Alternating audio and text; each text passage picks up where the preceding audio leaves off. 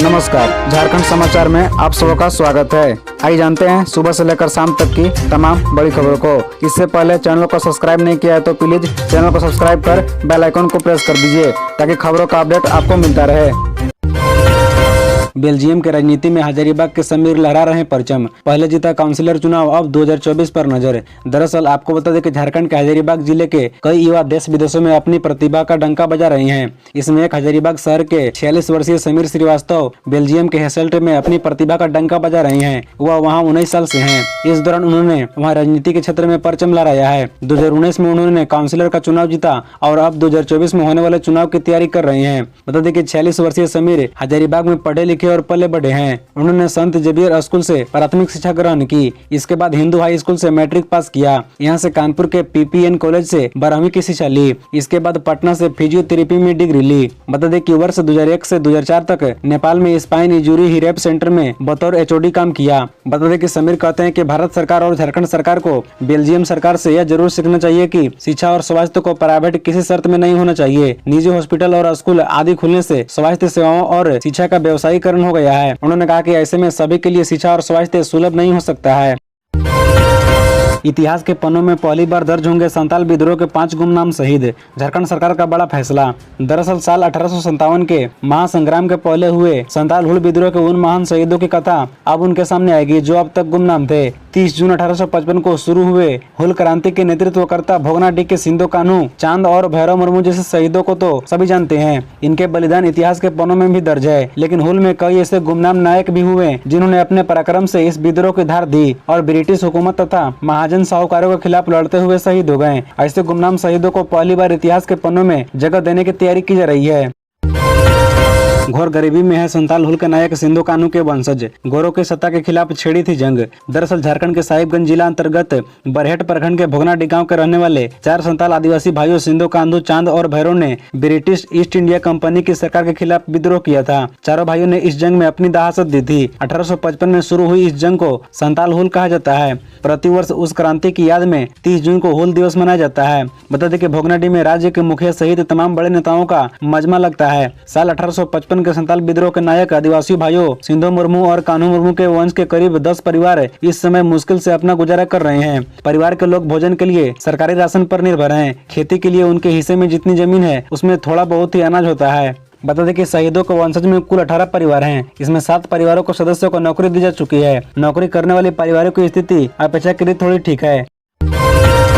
2 घंटे में जलकर खाक हो गए 2.5 करोड़ की 10 बसें। हादसा या साजिश। दरअसल आपको बता दें कि झारखंड की राजधानी रांची के सबसे बड़े बिरसा मुंडा अंतर्राष्ट्रीय बस टर्मिनल में गुरुवार को दिन के 2 बजे के अंदर 2.5 करोड़ रुपए मूल्य की 8 बसें जलकर खाक हो गई, जबकि केबिन और आधे हिस्से में 2 अन्य बसों को आंशिक नुकसान पहुंचा। बता दें कि स्टैंड में खड़ी कुल 10 बसों में आग कैसे लगी, इसे लेकर दिन भर अलग अलग चर्चाएं होती रही। ज्यादातर बस संचालकों ने इसे साजिश बताया। बता दें कि पुलिस भी प्रथम दृष्टया इसे साजिश मानकर ही जांच में जुट गई है। मौके से एकत्र किए गए साक्ष्य एवं अग्निशमन दस्ता की रिपोर्ट के बाद पुलिस की जांच में अगर मामला साजिश के रूप में सामने आता है तो यह बस स्टैंड से हर दिन आने वाली 500 बसें समेत सैकड़ों यात्रियों की सुरक्षा को लेकर बड़ी चुनौती होगी। बता दें कि बस संचालक समेत स्थानीय लोग घटना को लेकर चिंतित हैं। घटना में सबसे बड़ी जाँच फोरेंसिक की 5 सदस्यीय कमेटी टीम जाँच करेगी।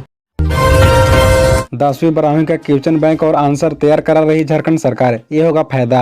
दरअसल झारखंड सरकार मैट्रिक और इंटरमीडिएट का क्वेश्चन बैंक और उसके उत्तर तैयार करा रही है। 2024 में झारखंड एकेडमिक काउंसिल से जैक और इंटरमीडिएट की परीक्षा देने वाले छात्र छात्राओं को इससे सहूलियत होगी। झारखंड शैक्षणिक अनुसंधान और प्रशिक्षण परिषद ने क्वेश्चन बैंक और उसके उत्तर तैयार किया है। JCERT में प्रश्न पत्रों और उसके उत्तर को रीचेक भी किया जा रहा है। ये क्वेश्चन बैंक सभी विषयों के पाठ्यक्रमों के चैप्टर से संभावित प्रश्नों से तैयार किए गए हैं। ऑब्जेक्टिव लघु उत्तरीय के साथ साथ दीर्घ उत्तरीय प्रश्न इसमें रखे गए हैं। प्रश्नों के साथ साथ उसके उत्तर भी हैं। बता दें कि मैट्रिक और इंटरमीडिएट के तीनों संकाय के छात्र छात्राएं इससे अभ्यास कर सकते हैं, जिससे 2024 में होने वाली मैट्रिक और इंटर की परीक्षा में इन्हें लाभ मिलेगा। बता दें कि प्रश्न पत्र वर्तमान परीक्षा पैटर्न के आधार पर तैयार किए गए हैं। बांग्ला भाषा में लिखे जाए रेलवे स्टेशनों का नाम। जेएमएम सुप्रीमो शिबू सोरेन की मांग। दरअसल झारखंड के राज्यसभा सांसद सह राज्य समन्वय समिति के अध्यक्ष शिबू सोरेन ने रेल मंत्री अश्विनी वैभव को पत्र लिखा है। इसमें बांग्ला भाषी बहुल स्थानों को चिन्हित करते हुए झारखंड के रेलवे स्टेशनों पर अविलंब जनजातीय भाषाओं के साथ साथ बांग्ला का भी प्रयोग अनिवार्य करने की मांग की है। इस दिशा में पहल के लिए सीएम हेमंत सोरेन को भी पत्र लिखा गया है। पत्र के माध्यम से कहा गया है कि झारखंड के संताल परगना, मानभूम, सिंहभूम, धालभूम और पंच परगना क्षेत्र में बांग्ला भाषी बहुत आयत संख्या में रहते हैं। बांग्ला राज्य के एक बड़े हिस्से में बोलचाल की एक सामान्य भाषा भी है। बता दें कि पत्र में कहा गया है कि झारखंड 1912 तक बंगाल प्रेसिडेंसी का हिस्सा रहा था। इसके बाद यह बिहार का हिस्सा बना। बता दें कि शिबू सोरेन ने रेल मंत्री से आग्रह किया है कि झारखंड सरकार से परामर्श कर बांग्लादेशी बहुल स्थानों को चिन्हित कर अविलंब रेलवे स्टेशनों पर जनजातीय भाषाओं के साथ साथ बांग्ला भाषा का भी प्रयोग अनिवार्य किया जाए।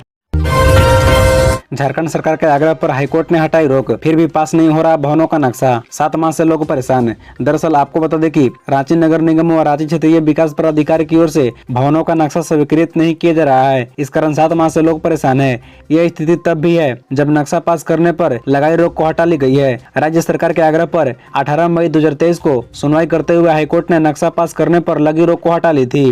बता दें कि जस्टिस एस चंद्रशेखर व जस्टिस रत्नाकर भोंगरा की खंडपीठ ने कहा था कि भवनों का नक्शा पास करने में विलंब नहीं हो। भवनों का लंबित नक्शा भी नए ऑटो डीसीआर सॉफ्टवेयर में निर्धारित समय सीमा के अंदर निष्पादित किया जाए तथा अगली सुनवाई के दौरान स्टेट रिपोर्ट दायर की जाए। अगली सुनवाई के लिए 30 जून की तिथि निर्धारित की गई है। इधर हाईकोर्ट से रोक हटाने के बाद भी अब तक रांची नगर निगम व आरआरडीए ने एक भी नक्शा स्वीकृत नहीं किया है। इस संबंध में निगम व आरआरडीए के पदाधिकारियों का कहना है कि नया ऑटो डीसीआर सॉफ्टवेयर नगर निगम व आरआरडीए को उपलब्ध नहीं कराया गया है। देवघर में श्रावणी मेले की तैयारी में जुटा प्रशासन। रेलवे स्टेशनों में ड्रोन कैमरे से होगी निगरानी। दरअसल आसनसोल डिवीजन के अंतर्गत श्रावणी मेला क्षेत्र से जुड़े रेलवे स्टेशनों में कांवरियों की सुविधा व सुरक्षा पर विशेष ध्यान रखा जाएगा। डिवीजन क्षेत्र के जसीडीह, बैद्यनाथ धाम, देवघर और वासुकीनाथ स्टेशनों पर श्रावणी मेला की तैयारी अंतिम चरण में है। आसनसोल डिवीजन के पीआरओ आशीष भट्टाचार्य ने बताया कि सुरक्षा विभाग, स्वास्थ्य विभाग व कमर्शियल विभाग के साथ साथ और भी कई ऐसे विभाग हैं जो कार्य में लगे होते हैं। सुरक्षा के मद्देनजर ड्रोन कैमरे से स्टेशनों की निगरानी की जाएगी तथा हर घंटे की रिपोर्ट आसनसोल डिवीजन को भेजी जाएगी। उन्होंने बताया कि इस बार स्टेशनों पर आपातकालीन चिकित्सा सेवाओं के लिए संत जन एम्बुलेंस की व्यवस्था रहेगी। साथ ही प्लेटफॉर्म पर राज्य सरकार से भी एम्बुलेंस की व्यवस्था रखने के लिए राज्य सरकार को लिखित तौर पर दिया गया है। और बता दें कि जसीडीह समेत 4 स्टेशनों पर एम्बुलेंस की व्यवस्था रखी जाएगी। साथ ही 4 हेल्थ इंस्पेक्टर तैनात किए जाएंगे। पीआरओ ने बताया कि स्टेशनों पर साफ सफाई पर विशेष जोर दिया जाएगा तथा श्रद्धालुओं को जागरूक करने के लिए जगह जगह बोर्ड लगाए जाएंगे।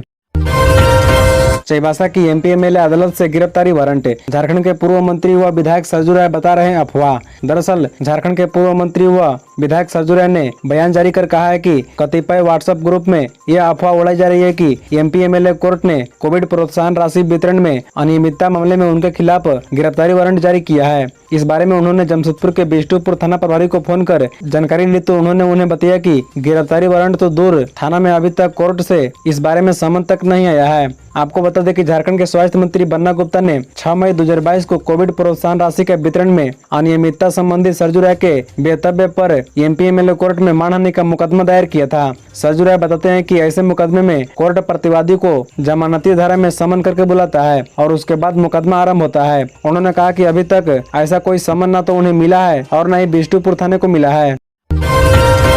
झारखंड लोकसभा और विधानसभा के सीट बंटवारे में फंसेगा पेच। झामुमो कांग्रेस की बड़ी चुनौती। दरअसल बता दें कि लोकसभा चुनाव से पूर्व भाजपा के खिलाफ विपक्षी दलों की गोलबंदी हो रही है। विपक्षी एकता के बाद राजनीति के समीकरण और सीटों का गणित भी बदलेगा। बता दें कि झारखंड की राजनीति में भी इसका असर दिखेगा। प्रदेश में फिलहाल यूपीए में झामुमो कांग्रेस और राजद का गठजोड़ है। अगर आने वाले समय में विपक्षी एकता का दायरा बढ़ता है तो यहाँ भी सीटों के बंटवारे में पेच फंसेगा।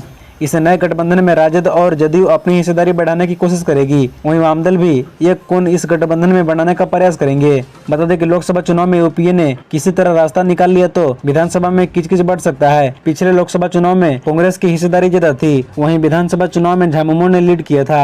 बता दें कि पिछले लोकसभा चुनाव में कांग्रेस, झामुमो और राजद के बीच लिखित समझौता हुआ था। इससे पहले कांग्रेस को 9 सीटें मिली थी, जिसमें पार्टी ने अपने हिस्से की 2 सीट गोड्डा और कोडरमा झाबुमो को दिया था। वहीं झामुमो दुमका, राजमहल, गिरिडीह और जमशेदपुर से चुनाव लड़े थे। राजद पलामू से चुनावी मैदान में उतरा। अब नई परिस्थिति में वामदल लोकसभा सीट पर दावेदारी कर सकते हैं। सरकार का बड़ा फैसला, डिग्री कॉलेजों में जारी रहेगी इंटरमीडिएट की पढ़ाई। राज्य के 1.20 लाख छात्रों को मिलेगा सीधा लाभ। दरअसल मुख्यमंत्री हेमंत सोरेन के निर्देश के बाद तय हुआ कि राज्य के 62 अंगीभूत और डिग्री संबंध विद्यालयों में इंटरमीडिएट की पढ़ाई जारी रहेगी। शैक्षणिक सत्र 2023-25 में इन कॉलेजों में 1.20 लाख इंटरमीडिएट के छात्रों का एडमिशन होगा। शिक्षा सचिव के रवि कुमार ने कहा कि विभाग ने निर्णय लिया है कि वह अपनी ओर से बच्चों को एडमिशन में बाधा उत्पन्न नहीं करेगा। जैक ने भी सहमति व्यक्त की है। बता दें कि शिक्षा सचिव और झारखंड अधिविद्य परिषद के अध्यक्ष की बुधवार को हुई बैठक में यह फैसला लिया गया। बैठक के बाद कहा गया कि यदि किसी जिला में माध्यमिक परीक्षा में पास छात्र छात्राओं को इंटर में नामांकन लेने में कठिनाई हो तो वह अंगीभूत व डिग्री संबद्ध महाविद्यालय में इंटरमीडिएट कक्षा में नामांकन ले सकते हैं। बता दें कि इस वर्ष जैक की मैट्रिक परीक्षा में 4 लाख से ज्यादा परीक्षार्थी सफल रहे हैं। इन विद्यार्थियों को इंटर में नामांकन लेने में समस्या आ रही है। खबरों से जुड़े रहने के लिए चैनल को सब्सक्राइब, वीडियो को लाइक एवं एक दूसरे से शेयर जरूर करें। धन्यवाद।